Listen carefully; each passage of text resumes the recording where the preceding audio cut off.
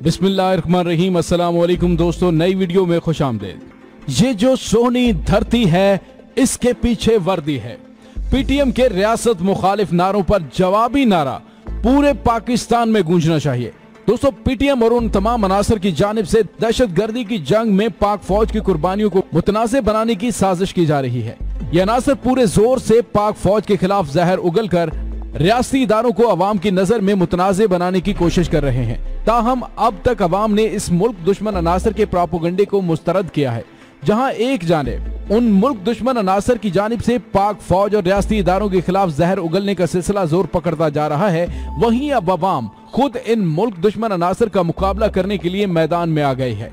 पूरे पाकिस्तान के चप्पे चप्पे में अब एक ही नारा गूंजेगा, ये जो सोनी धरती है इसके पीछे वर्दी है। दोस्तों, पाक फौज की जानिब से आला ओहदों पर फाइज मुल्क के साथ गद्दारी करने वालों के खिलाफ सख्त तरीन कार्रवाई का आगाज कर दिया गया है। तो दूसरी जानिब जजेस पर बात आई तो इतना तूफान बदतमीजी क्यों? वीडियो की तफसील में जाने से पहले आप देख रहे हैं हकीकत की दुनिया डॉक्टर अली के साथ। हमारा चैनल सब्सक्राइब करके घंटी के निशान को दबाना मत भूलिएगा। इस वीडियो को ज्यादा से ज्यादा फेसबुक, व्हाट्सएप और सोशल मीडिया पर शेयर करके अपने सच्चे पाकिस्तानी होने का सबूत दीजिए। इसके साथ साथ कमेंट बॉक्स में पाक फौज जिंदाबाद, पाकिस्तान पाइंदाबाद और आईएसआई के गुमनाम हीरोज को सलाम का नारा कमेंट करने के साथ साथ ये जो सोनी धरती है इसके पीछे वर्दी है का नारा जरूर लगाइएगा। दोस्तों, बातें करना बहुत आसान है लेकिन प्रैक्टिकल करना बहुत मुश्किल। बहुत सारे लोग सवालात कर रहे हैं कि फौज ने सजा क्यों दी। पहले तो कभी नहीं बताया कितने लोग थे, कौन है, कैसे सजा मिली, और आखिरी बात, यार चक्कर कोई और लगता है। 5th जनरेशन वार के अच्छे काम में भी इतने कीड़े निकालते हैं कि वो बात मशकूक करने की कोशिश करते हैं। वो चाहते हैं कि हर बात में शक की गुंजाइश निकाली जाए और उस शक को एक साजिश की तरह फैला दिया जाए। खुदा के बंदो, ISPR का एलामिया जारी हो गया। उन्होंने मुजरमों के नाम बता दिए, ये भी बता दिया कि ये लोग मुल्क दुश्मन सरगर्मियों में मुलविस थे, पाकिस्तान की दुश्मन एजेंसियों को हसास मालूमात फराहम कर रहे थे। दोस्तों, याद रखिएगा, फौज का जर्नैल या ब्रिगेडियर कोई मामूली आदमी नहीं होता। फौज का आला तरीन ओहदेदार होता है। इस ओहदे तक पहुंचने के लिए उसे क्या क्या पापड़ बेलने पड़ते हैं, शायद ये तस्वुर भी आप ना कर सकें। ये लोग किसी भी इदारे का असासा होते हैं। अपने इस असासे को अपने हाथों खत्म करना कोई बच्चों का खेल नहीं है। कलेजे को हाथ डालना पड़ता है। हम बातें तो मुंह भर भर के कर लेते हैं क्योंकि इसमें कुछ भी पल्ले से नहीं जाता, मगर आग जब अपने दामन से लिपटती है तब चीखें निकलती हैं। किसी मुल्क का शहरी अगर एक मुसल्ला ग्रोह को वरगला कर अपने मुल्क की फौज पर हमला करवाए, उस हमले में 5 जवानों को गोलियां लगें, एक जवान शहीद हो जाए और फौज बादल नखास्ता जवाबी कार्रवाई करे, तो उससे वजाहत तलब की जाए। ऐसा दुनिया की किसी जमहूरियत में मुमकिन है सिवाय पाकिस्तानी करप्ट सिस्टम के, जिसे ये लोग जमहूरियत का नाम देते हैं। मोहसिन दावड़ जो हमला करवा के रुपोश हुआ और उसी रुपोशी में उसने सारी दुनिया के मीडिया को गुमराह कुन इत्तलात दी, पाकिस्तान आर्मी के खिलाफ जहरीला प्रोपेगेंडा किया, अपनी तकरीरों में फौज को धमकी दी कि अगर उसने फौज पर हमला करने वालों की कमान करने वाले उनके दहशतगर्द साथी को रिहा ना किया तो एक फौजी यहां से जिंदा बचकर नहीं जाएगा। क्या ऐसा नहीं हुआ था? मैं आपको कोई कहानी नहीं सुना रहा, ये एक हकीकत है। क्या ये सब कुछ मुल्क से बगावत नहीं है? क्या इस बागी को उसी कानूनी शिक के तहत सजाए मौत नहीं मिलनी चाहिए? क्या ये साबिका न्याजी ट्रांसपोर्ट सर्विस का बस कंडक्टर उस ब्रिगेडियर से ज्यादा अहम है जिसको इसी जुर्म में यानी मुल्क के खिलाफ गद्दारी के इल्जाम में सजाए मौत हुई है? आपका इंसाफ क्या कहता है? अल्लाह को हम सब ने हिसाब किताब देना है या नहीं? क्या सिर्फ फौजियों का ही मरने के बाद हिसाब किताब होगा? अब आप सियासत को रखें एक तरफ और ये बताएं कि जो फौज पर हमला आवर शख्स के प्रोडक्शन ऑर्डर का मुतालिबा कर रहा है उसे बेगुनाह और फौज के बयानियों को गलत कह रहा है, और ये भी कि अगर उस हमला आवर के खिलाफ कार्रवाई हुई तो पाकिस्तान में खाकम बदहन न जाने कितने पाकिस्तान बन जाए। क्या वो ऑफिशियल सीक्रेट एक्ट के तहत ट्रायल का सजावार नहीं है? उसे ये हक किसने दिया कि वो फौज पर हमला आवरों को सही और फौज को गलत करार दे? क्या इस मुल्क में सियासतदान कोई आसमानी मखलूक है कि वो जब चाहे मुल्क तोड़ने की धमकी देकर अवाम को रियासत के खिलाफ भड़काना शुरू कर दे और उसके खिलाफ कोई भी कार्रवाई ना हो, लेकिन आम पाकिस्तानी शहरी को 10-12 हजार रुपए जुर्माना ना अदा करने के जुर्म में जेल की सलाखों के पीछे धकेल दिया जाए? क्या इस मुल्क के जज कोई आसमानी मखलूक है कि आप उनकी अनडिक्लेयर जायदाद के इंकशाफ पर उनसे इंक्वायरी पर जमहूरियत के मामू बन जाएं, तहरीक चलाने की धमकियां देने लग जाएं? ये जमहूरियत नहीं अलबत्ता गुंडागर्दी है। आप सिर्फ इसलिए गुंडागर्दी के मुर्तकब हो रहे हैं कि आपकी दानस्त में आपको सुरखाब के पर लगे हुए हैं। एहतसाब बेरा ही क्यों जिसे वोट देकर मैंने असेंबली में भेजा या फिर तख्त नशीन किया, उसका क्यों नहीं? उस दरिंदे को मैंने वोट दिया था, मेरे बच्चों की हड्डियां चबाने की इजाजत नहीं दी थी।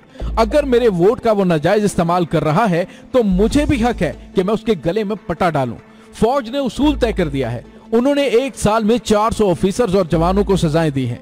अब आप भाग नहीं सकते, आप कोई आसमान से नहीं उतरे। कानून सबके लिए एक होगा और ये मुल्क टूटने की धमकियां आप हमें न दे। ये किसी के बाप की जागीर नहीं है कि जब चाहे इसे इस्तेमाल करें और जब चाहे तोड़ने लगे। अगर आप कानून हाथ में लेंगे तो आपके हाथ तोड़ने वाले भी मरे नहीं हैं। दोस्तों, आज दुनिया में इस नजरिए को कोई चैलेंज नहीं कर सकता कि जिस मुल्क के पास मजबूत फौज नहीं, उसकी आजादी पर तलवार लटकती रहेगी। जदीद तारीख में जिन मुल्कों को तबाह किया गया, उनकी पहले फौज कमजोर की गई या उसे तबाह कर दिया गया। एक मजबूत और मुनज़्ज़म फौज के होते हुए किसी दूसरे मुल्क को जारहियत की हिम्मत नहीं होती। पाकिस्तान में अल्हम्दुलिल्लाह एक मजबूत और मुनज़्ज़म फौज मौजूद है और उसे रहना चाहिए। हमारे यहाँ फौज का किरदार हमेशा मद्दोजज़र का शिकार रहा। सियासत में फौज की मुदाखलत ने उसे एक हद तक नुकसान जरूर पहुंचाया कि उस पर जमहूरियत दुश्मनी के इल्जामात लगे। पाकिस्तान में एक मुनज़्ज़म और मजबूत फौज मौजूद है और उसे रहना चाहिए। दोस्तों, कई एक अदवार ऐसे भी आए कि फौज ने अपनी पेशावराना सलाहियतों पर आंच नहीं आने दी और उसका दिफाई पहलू कभी कमजोर नहीं हुआ। अमेरिका की नजर में पाकिस्तानी फौज खटकती है। ये कोई ढकी छुपी बात नहीं है, क्योंकि ये प्रोफेशनल फौज है जो अमेरिका के अज़ाइम की राह में रुकावट बनी हुई है। पाकिस्तानी आर्मी पर अमेरिकी एजेंडे के तहत ये इल्जाम भी लगते रहे कि वो सिविल हुकूमतों को नहीं चलने देती, लेकिन हैरान कुन अमर यह है कि यही अमेरिका पाकिस्तान में जर्नैलों की हुकूमत को सपोर्ट करता है और सबसे ज्यादा माली इमदाद भी उन्हीं के अदवार में फराहम की जाती है। दोस्तों, माजी में भी ऐसे हालात हुए कि फौज के खिलाफ प्रोपेगेंडा किया गया। अगर खुदा न खासा उन अदवार में पाकिस्तानी फौज की चेन ऑन कमांड को अमेरिका तोड़ने में कामयाब हो जाता तो पाकिस्तान का हाल भी अफगानिस्तान या इराक और मिस्र जैसा हो जाना था। सबसे अहम बात यह है कि बुरे से बुरे हालात में भी फौज और अवाम के दरमियान एक मजबूत ताल्लुक कायम रहा है। सानहा मशरकी पाकिस्तान के बाद ऐसा कभी नहीं हुआ कि फौज और अवाम के दरमियान ऐसी दूरी पैदा हुई हो कि दुश्मन उसका फायदा उठा सके। जब भी कोई मुश्किल वक्त आया, पाकिस्तानी फौज की पुष्ट पर कौम आन खड़ी हुई और ये एक ऐसी खूबी है जो अमेरिका हो या कोई और मुखालिफ कुव्वत उससे दरार डालने का मौका नहीं देती। सियासी हवालों से लाख बातें की जाएं, मगर दिफाई हवाले से फौज पर अवाम का एतमाद कभी मुतजलजल नहीं हुआ है। ये एक ऐसी दिफाई दीवार है जिसे दुश्मन अबूर करना भी चाहे तो नहीं कर सकता। अवाम जानते हैं कि फौज हमारी है, किसी और मुल्क की नहीं। और दोस्तों, इसमें कोई दो राय नहीं है कि पश्तून तहफ़्फ़ुज़ मूवमेंट यानी कि पीटीएम का अव्वल एजेंडा क्या है। वो यही है कि वो पाकिस्तान आर्मी को दुनिया की नजरों में मुतनाज़िब बनाना चाहती है। सवाल ये है कि अगर आप हुकूक मांग रहे हैं तो उसके लिए हर जगह सियासी जदोजहद होती है और हुकूमत वक्त से हुकूक मांगे जाते हैं, लेकिन पीटीएम का असल हदफ पाकिस्तानी फौज है। कोई नारा देख ले, कोई बैनर देखे, कोई तकरीर सुने, हर जगह फौज को गालियां मिलेंगी या उसके खिलाफ नफरत उभारने की कोशिश। फिर अगर आप मुतालिबात भी ये करें कि फौज कबायली इलाके से निकल जाए, चौकियां खत्म कर दे और सरहद पर बाड़ ना लगाए, तो अज़ाइम वाज़े हो जाते हैं।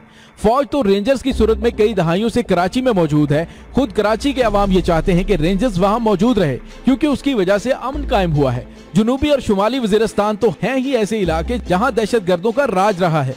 यही लोग जो आज फौज को वहां से निकालने का मुतालिबा कर रहे हैं, अपने इलाकों में महबूस होकर रह गए थे और तालिबान ने कब्जा कर लिया था। आए रोज उनके गले काटे जाते, उनसे भत्ते वसूल किए जाते और वहां फौज की बेहद जरूरत है ताकि फिर दहशत गर्दों का गलबा ना हो सके। कोई बाशऊर और अमन पसंद शख्स ये कभी नहीं कहेगा कि उसकी हिफाजत करने वाले चले जाएं और उन्हें दहशत गर्दों के रहमो करम पर छोड़ दिया जाए। दोस्तों, क्या वजह है कि पीटीएम वाले सबसे ज्यादा जोर फौज निकालने पर दे रहे हैं? हालांकि असल मुतालिबा तो ये होना चाहिए था कि फाटा में तरक्याती काम करवाए जाएं, उसे तालीम और सेहत की आला सहूलतें दी जाएं। जमीनी हकायक ये हैं कि उन पर कायम हो रहा है और वजीर आजम इमरान खान खुद वहां के मुतअद्दिद दौरों में उन मंसूबों का ऐलान भी कर चुके हैं। अब चौकी पर हमले का जो वाकया पेश आया, उसे क्या नाम दिया जा सकता है? कराची में अगर रेंजर्स के किसी नाके पर ऐसा हुआ हो तो उसका नतीजा क्या निकलता है? फौज से या तो पीटीएम वालों की नफरत ठगी छुपी बात हो, दहशत गर्दी के पीछे वर्दी का बयानिया रखने वाले फौजी चौकी पर जाएंगे तो वहां मौजूद अहलकारों को फूल तो पेश नहीं करेंगे, वो तो अपनी नफरत के इजहार का एजेंडा ही पूरा करेंगे। सोशल मीडिया पर ऐसी वीडियोस मौजूद हैं जिनमें पीटीएम के कारकुन अपने चेहरों पर भारतीय झंडा पेंट करवा के पाकिस्तानी परचम को नजरे आतिश कर रहे हैं। क्या वहां मौजूद फौजी ऐसे मनाजर देखकर खामोश खड़े रहें और उन्हें महफूज रास्ता दें? जाहिर है उसकी तवक्को नहीं की जा सकती। हमारी सियासी क़यादत को कहीं तो लकीर खींचनी चाहिए। क्या ये कोई मुनासिब अमल है कि पाकिस्तान आर्मी और पीटीएम को एक दूसरे के मुकाबिल खड़ा कर दिया जाए और हम अपनी फौज के बयानिए का साथ देने की बजाय उसे कटहरे में खड़ा कर दें? ये तो अमेरिका, भारतीय और अफगानी मुकदमा है कि फौज और पीटीएम को इस तरह लड़ा दिया जाए कि आलमी सतह पर पाकिस्तानी फौज के बारे में मनफी तासुर पैदा करने में मदद मिले।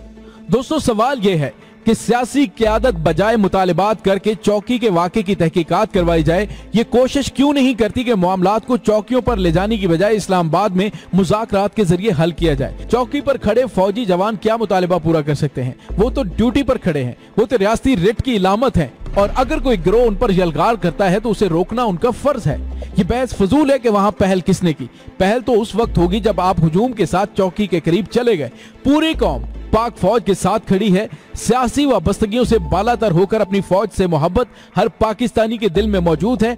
पाकिस्तान में हुकूक की तहरीकें तो कई जगह पर चल रही हैं। खुद जनूबी पंजाब में सराइकी खित्ते का हक मांगने वाले सड़कों पर रहते हैं, लेकिन कभी उन्होंने फौज के खिलाफ नारा नहीं लगाया, फौज को बुरा भला नहीं कहा। पीटीएम हो या कोई और, उससे भी सियासी जदोजहद की तरफ आना चाहिए। जब मंजूर पश्तीन की तस्वीरों वाले आजाद पश्तूनाबाद के कैलेंडर अफगानिस्तान के दफातर और दुकानों पर आवेजा नजर आएंगे तो वो पाकिस्तान में सियासी जदोजहद की तरफ किस तरह आ सकता है? वो तो आलमी एजेंडे का एक मोहरा है जिसका मकसद नौजवानों के जहन खराब करके उन्हें पाक फौज के खिलाफ खड़ा करना है। ताहम पश्तून अवाम इस साजिश को समझ चुके हैं और पाक फौज के साथ खड़े हैं। हमारी सियासी क़यादत को भी मसलहतों से आजाद होकर कौमी मफाद में वाज़ेह स्टैंड लेना चाहिए। दोस्तों, मिलकर पूरी कौम दुश्मन के इस एजेंडे का जवाब इस नारे की सूरत में देगी कि ये जो सोनी धरती है इसके पीछे वर्दी है। डॉक्टर अली को इजाजत दीजिए, इंशाल्लाह बहुत जल्द मिलते हैं एक नई वीडियो में। तब तक के लिए अपना बहुत सारा ख्याल रखिएगा। पाक फौज जिंदाबाद, पाकिस्तान पाइंदाबाद, ISI के गुमनाम हीरोज को सलाम। ये जो सोनी धरती है इसके पीछे वर्दी है। डॉक्टर अली को इजाजत दीजिए। अल्लाह वारिस।